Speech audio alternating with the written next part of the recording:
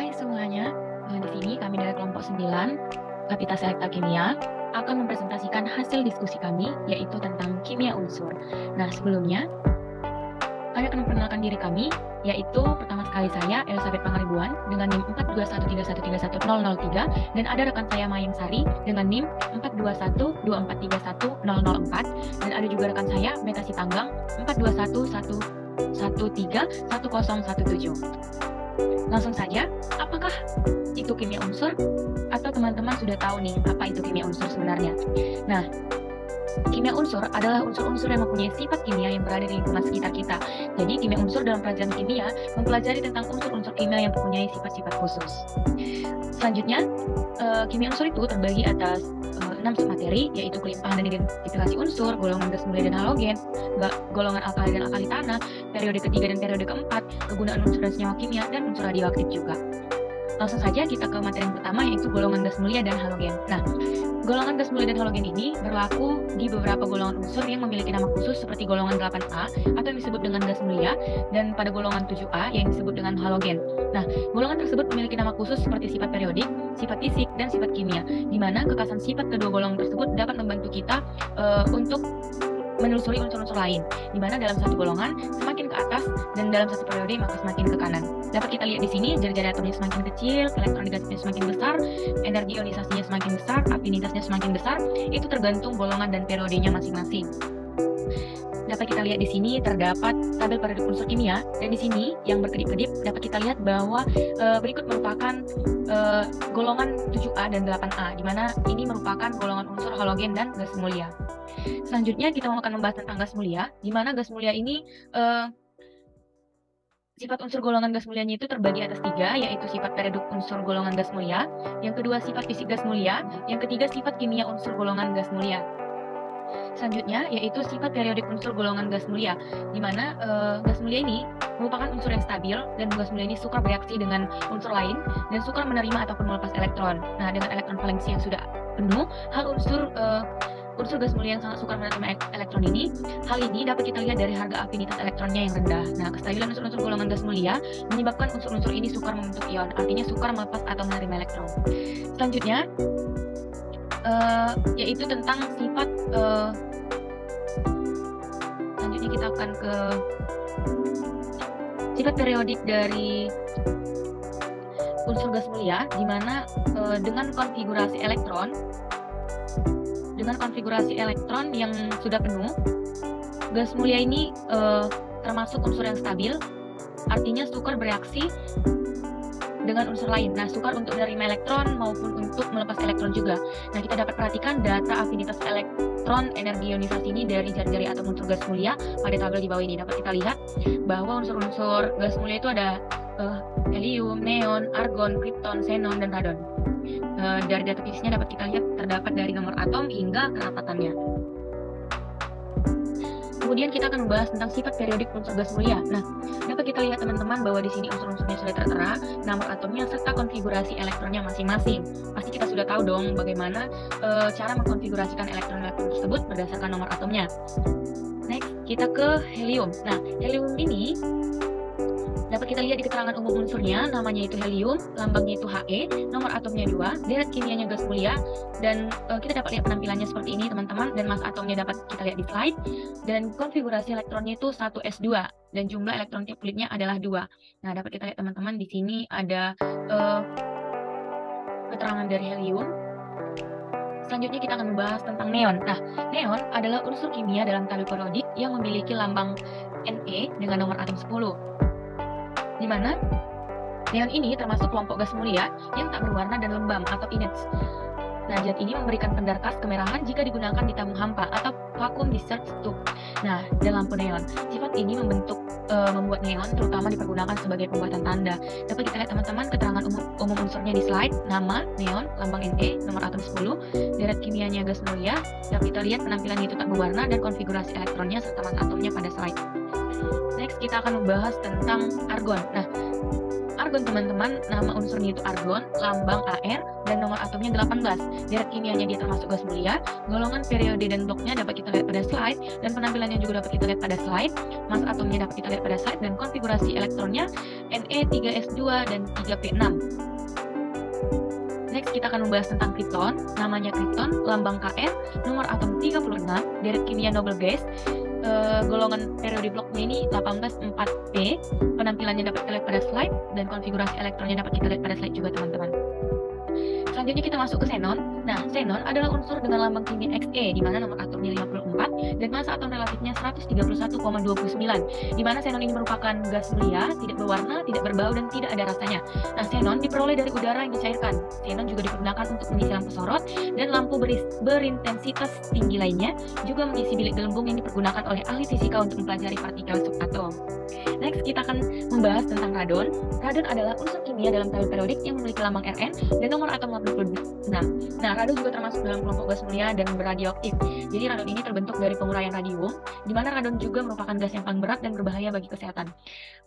Radon 222 mempunyai waktu paruh itu selama 3,8 hari dan digunakan dalam radioterapi, di mana radon ini dapat menyebabkan kanker paru-paru dan bertanggung jawab atas 20.000 kematian di Uni Eropa setiap tahunnya.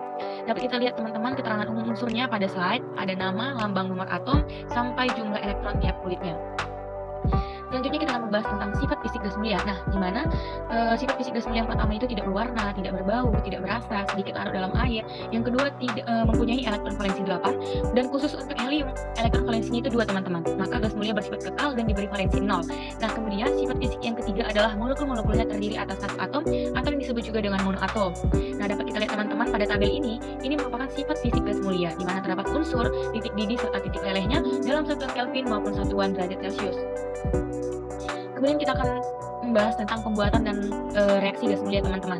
Nah, gas mulia ini dapat diperoleh dari pendinginan udara cair secara bertahap atau yang disebut juga dengan destilasi bertingkat. Nah, sebab titik didih komponen itu bervariasi, jadi argon secara khusus dapat diperoleh dari reaksi udara dengan karbit CaC2 ditambah N2, maka menghasilkan CaCN2 ditambah C, di mana pada hasilnya akan bebas dari N2. Begitu juga dengan 2 CaC2 ditambah O2, maka pada hasilnya akan bebas dari O2. Dan jika CaO ditambah CO2, maka hasilnya akan bebas dari CO2, teman-teman. Nah, sebagai sisanya adalah argon dan gas mulia lain. Kemudian, helium dapat diperoleh dengan jalan pemisahan dari gas alam, sebab pada sumber gas alam tertentu terdapat helium dalam jumlah tidak terlalu rendah. Nah, kemudian radon terdapat dalam rongga-rongga batuan uranium berasal dari peluruhan Ra, di mana dapat kita lihat, teman-teman, sini Ra22688 itu dihasilkan dari Rn22286 ditambahkan dengan helium. Kemudian kita masuk ke sifat kimia unsur golongan gas mulia, teman-teman. Dapat kita lihat di sini terdapat bilog, senyawa, penampakan, suhu, dan strukturnya, teman-teman. Dapat kita lihat bahwa senyawa XeF2 itu bilognya positif 2, penampakannya kristal tak berwarna, suhunya 129 derajat Celcius, dan strukturnya linear. Dan untuk senyawa lain, teman-teman, dapat kita lihat pada slide. Selanjutnya kita akan membahas tentang kegunaan gas mulia. Nah, helium kegunaannya itu sebagai pengisi balon udara, pencampur oksigen pada tabung penyelam, dan sebagai pendingin suhu mendekati 0 derajat Kelvin. Kemudian neon, argon, krypton kegunaannya sebagai pengisi bola lampu TL, lampu reklame, pendingin pada reaktor nuklir. Kemudian kegunaan gas mulia pada xenon yaitu sebagai obat virus pada pembedahan. Senyawa xenon dan oksigen XeO3, XeO4 merupakan oksidator yang sangat kuat. Nah, kegunaan dari radon sendiri yaitu terapi kanker. Nah, selanjutnya akan dijelaskan oleh rekan saya. Baiklah, di sini saya akan menjelaskan mengenai halogen. Halogen artinya pembentuk garam. Unsur-unsur halogen merupakan unsur yang bersifat elektropositif dan mudah bereaksi untuk membentuk garam. Nah, apa saja sih unsur halogen itu? Yang pertama ada fluor, brom, dan iodin.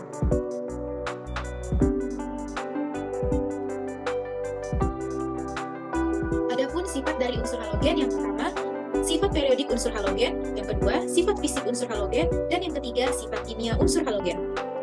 Nah, kita akan membahas mengenai sifat periodik unsur halogen.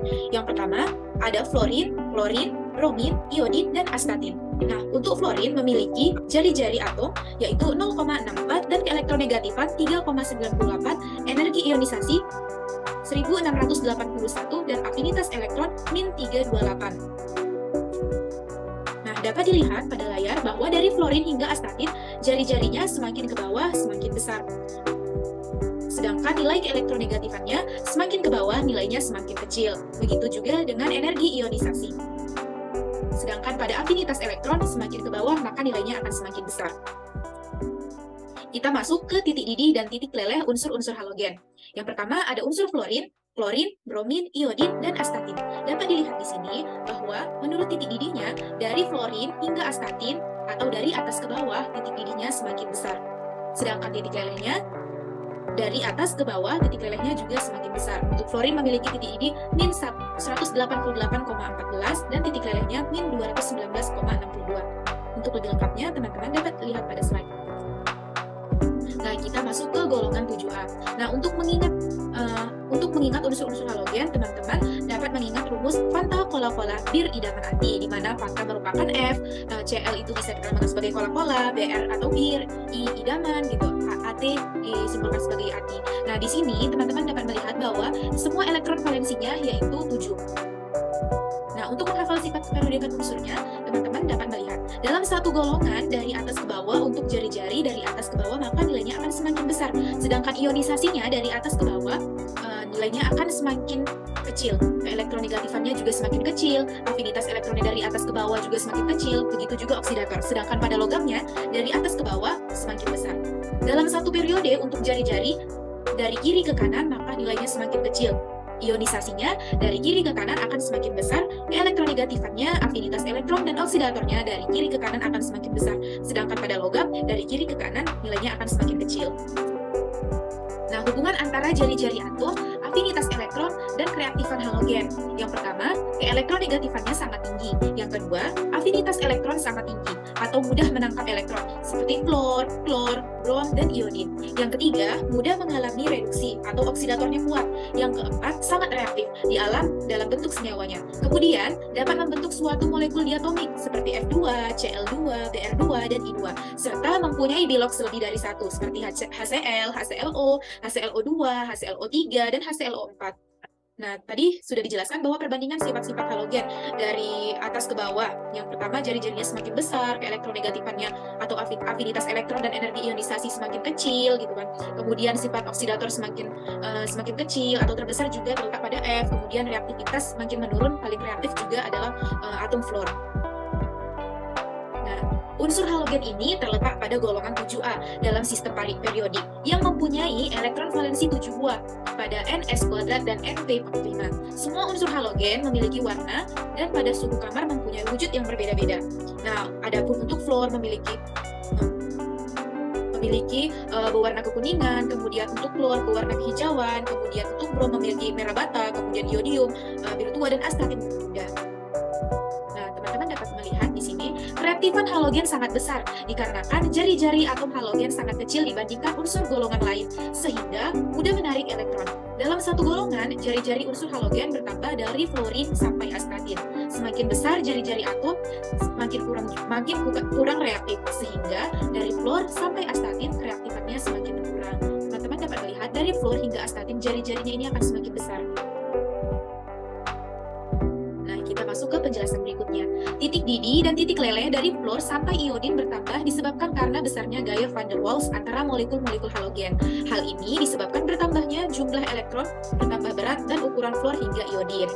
Teman-teman dapat melihat di sini fluorin dan klorin bentuknya dalam wujud gas, kemudian bromin cair, dan iodin wujudnya padat. Untuk titik didih dan titik lelehnya tadi kan sudah dijelaskan. Kita masuk ke slide berikutnya.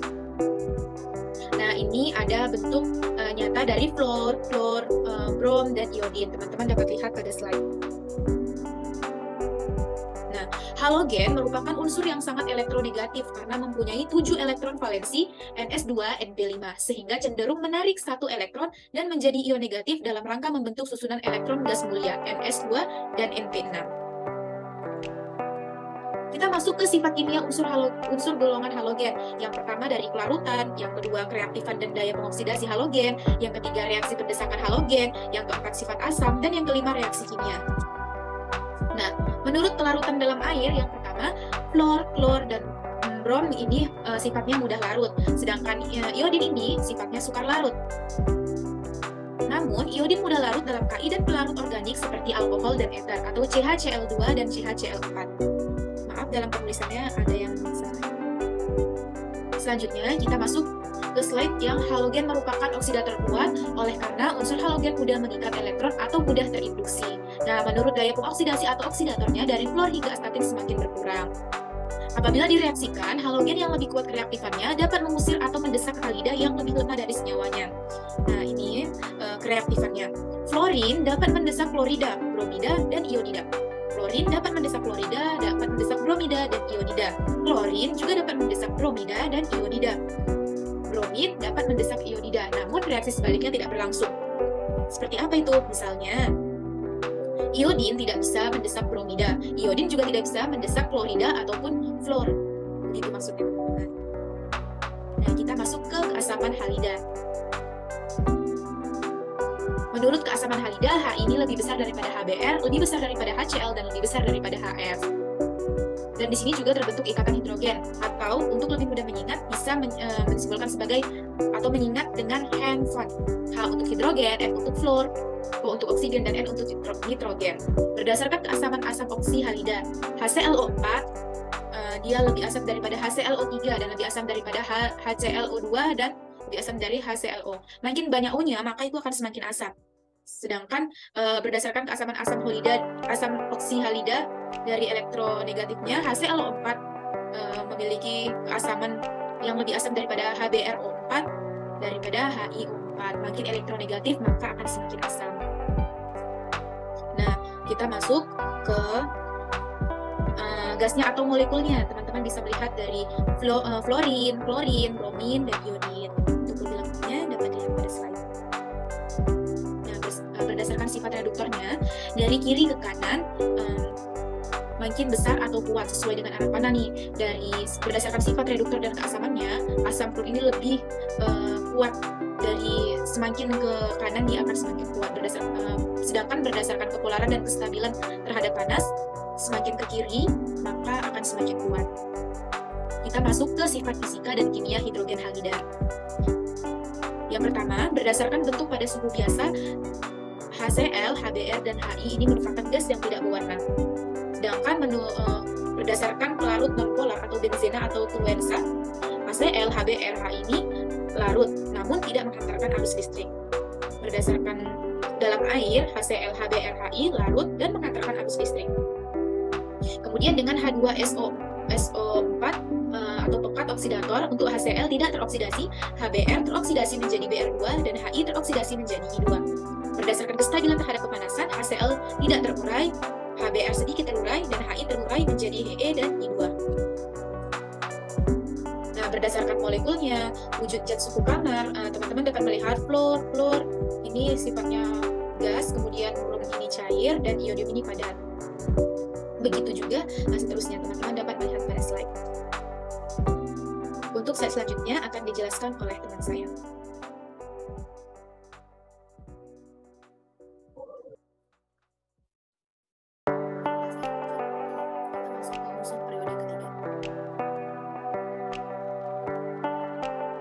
Unsur dari periode ketiga ini, yang pertama ada natrium, yang kedua magnesium, yang ketiga aluminium, yang keempat silikon, yang kelima fosfor, yang keenam belerang, dan yang ketujuh fluor, dan yang kedelapan adalah argon. Natrium. Adapun sifat fisis dari natrium, yang pertama memiliki nomor atom 11 dengan konfigurasi elektron Ne3s1 dengan energi ionisasi sebesar 495 kJ per mol, dan wujud dari natrium itu sendiri adalah berwujud padat. Adapun gambarnya dapat kita perhatikan pada layar. Kegunaan natrium itu sendiri yang pertama dipakai dalam pembuatan ester, yang kedua NaCl digunakan oleh hampir semua makhluk, yang ketiga Na-benzoat dipakai dalam pengawetan makanan, yang keempat Na-glutamat dipakai untuk penyedap makanan, yang kelima dipakai untuk isi dari lampu gabut dalam kendaraan bermotor, yang keenam NaOH dipakai untuk membuat sabun, deterjen, dan kertas, yang ketujuh NaHCO3 dipakai sebagai pengembang kue, yang kedelapan digunakan sebagai perbandingan logam K, Rb, dan S, dan CS, dan yang terakhir itu NaCO3 digunakan sebagai pembuatan kaca dan pemurnian air sadar. Selanjutnya yaitu unsur magnesium atau Mg. Adapun sifat fisisnya, yang pertama memiliki nomor atom 12 dengan konfigurasi elektron Ne3s2 dengan energi ionisasi sebesar 738 kJ per mol, dan wujud dari magnesium itu adalah berwujud padat. Untuk gambarnya dapat kita perhatikan. Adapun dari kegunaan magnesium itu adalah yang pertama dipakai pada proses produksi logam, kaca, dan semen, yang kedua digunakan untuk membuat konstruksi pesawat atau logamnya disebut magnolo, dan yang ketiga digunakan sebagai pemisah sulfur dari besi dan baja, yang keempat dipakai pada lempeng yang digunakan di industri percetakan, yang keenam digunakan untuk membuat lampu kilat, dan yang terakhir sebagai katalis reaksi organik. Selanjutnya unsur aluminium. Adapun sifat fisisnya, yang pertama memiliki nomor atom 13 dengan konfigurasi elektron Ne3s2 3p1 dengan energi ionisasi 577 kJ per mol. Adapun wujud dari aluminium ini sendiri adalah berwujud padat. Kegunaan dari aluminium, yang pertama banyak dipakai dalam industri pesawat, yang kedua digunakan untuk membuat konstruksi bangunan, yang ketiga dipakai pada berbagai macam alloy, yang keempat digunakan untuk membuat magnet yang kuat, yang kelima digunakan sebagai tawas, yaitu sebagai pencernih air, yang keenam digunakan untuk membuat logam hibrid yang dipakai pada pesawat luar angkasa, yang ketujuh digunakan untuk membuat berbagai alat masak, yang kedelapan menghasilkan permata berwarna-warni seperti sapir, topas, dan lain-lain.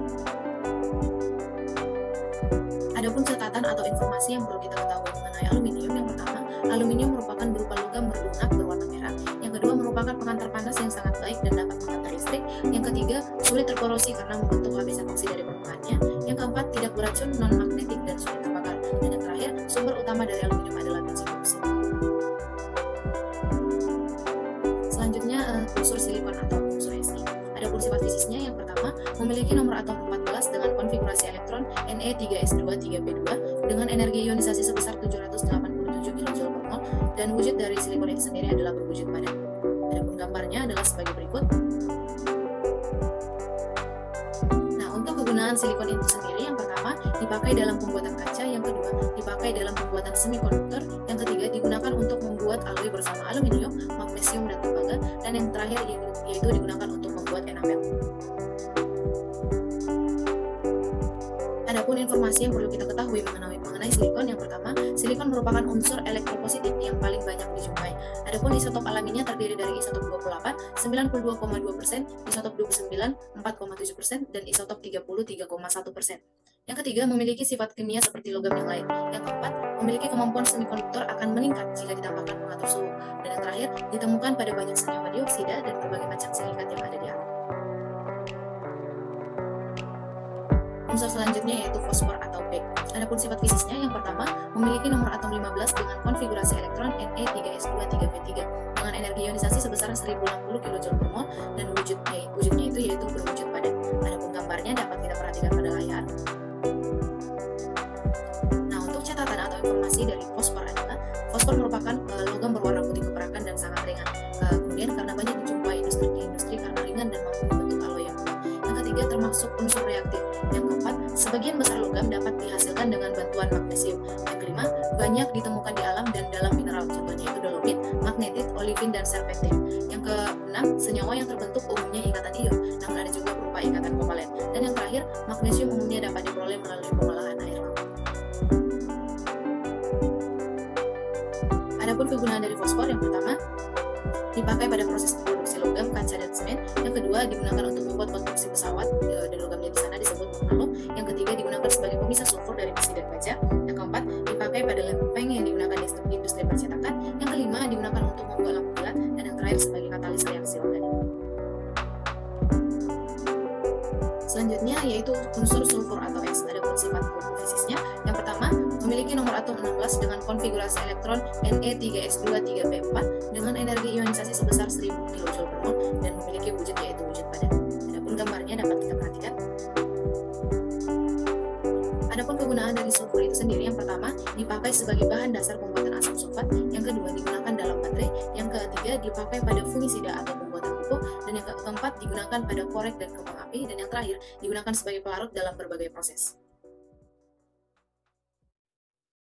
Adapun catatan untuk sulfur itu sendiri, yaitu yang pertama, zat murninya tidak berbau dan tidak berasa, memiliki struktur yang beragam tergantung kondisi sekitar. Yang ketiga, secara alami banyak terdapat di gunung berapi. Yang keempat, komponen murninya tidak beracun, namun senyawa yang terbentuk kebanyakan berbahaya bagi manusia. Yang kelima, senyawa sulfur yang utama adalah SO2 dan SO3. SO2 berupa gas yang berlarut dalam air sehingga menyebabkan hujan asap. Yang keenam, efek yang ditimbulkan dapat dikurangi dengan cara melewatkan air yang terkontaminasi pada padatan CaCO3. Yang ketujuh, SO3 merupakan bahan utama membuat asam sulfat, dan SO3 diperoleh dari oksidasi SO2 dengan katalis vanadium. Kita masuk ke unsur klor atau Cl. Adapun sifat fisisnya, yang pertama memiliki memiliki nomor atom 17 dengan konfigurasi elektron Ne3s2 3p5 dengan energi ionisasi sebesar 1260 kJ per mol. Dan klor itu sendiri memiliki wujud gas. Adapun kegunaan dari klor yang pertama dipakai pada proses pemurnian air, yang kedua Cl2 dipakai pada disinfektan, yang ketiga KCl digunakan sebagai pupuk, ZnCl2 digunakan sebagai solder, NH4Cl digunakan sebagai pengisi baterai, kemudian digunakan untuk menghilangkan tinta dalam proses daur ulang kertas, ketujuh dipakai untuk membunuh bakteri pada air minum, dan yang terakhir dipakai pada berbagai macam industri. Adapun catatan untuk unsur klor yang pertama merupakan gas diatomik berwarna kehijauan. Kemudian klor itu sendiri termasuk gas yang beracun. Kemudian klor itu dalam bentuk padat dan cair merupakan oksidator yang kuat. Yang keempat, mudah bereaksi dengan unsur lain. Yang kelima, merupakan zat yang paling banyak terkandung di air laut. Yang keenam, terdapat juga dalam karnalit dan sulfit. Yang ketujuh, diperoleh dengan cara menelektrolisis larutan NaCl. Unsur selanjutnya yaitu argon atau unsur Ar. Adapun sifat fisiknya memiliki nomor atom 18 dengan konfigurasi elektron Ne3s2 3p6. Adapun energi ionisasinya sebesar 1520 kJ per mol dengan wujud gas. Adapun kegunaan dari argon yang pertama sebagai pengisi bola lampu karena argon tidak bereaksi dengan kawat lampu. Yang kedua dipakai dalam industri logam seperti inert saat pemotongan dan proses lainnya. Yang ketiga digunakan untuk membuat lapisan pelindung pada berbagai macam proses. Yang keempat digunakan untuk mendeteksi sumber air tanah. Dan yang terakhir dipakai dalam produk pelebaran. Adapun catatan atau informasi yang perlu kita ketahui mengenai argon yang pertama, argon merupakan gas yang tidak berwarna dan berasa. Kemudian argon tidak reaktif seperti halnya gas mulia yang lain. Kemudian argon dapat diperoleh dengan cara memanaskan urea dengan CaC2. Keempat, terdapat sekitar 1% argon di atmosfer. Dan terakhir, terbentuk di atmosfer sebagai akibat dari proses reaksi. Nah, dari beberapa unsur yang sudah saya sebutkan tadi, maka dapat dibuat tabel perbandingan, yaitu mengenai sifat dari beberapa unsur, dari unsur natrium, magnesium, aluminium, silikon, fosfor, sulfur, klor, dan argon. Adapun sifatnya yaitu nomor atom, nomor massa, jari-jari, titik didih, titik lebur, energi ionisasi, elektronegativitas, tingkat oksidasi maksimal, struktur, dan beserta wujudnya dapat kita perhatikan pada akhir. Baiklah, sekianlah presentasi dari kami kelompok 9 mengenai kimia unsur. Apabila ada kesalahan dalam tutur kata, kami mohon maaf. Sekian dan terima kasih.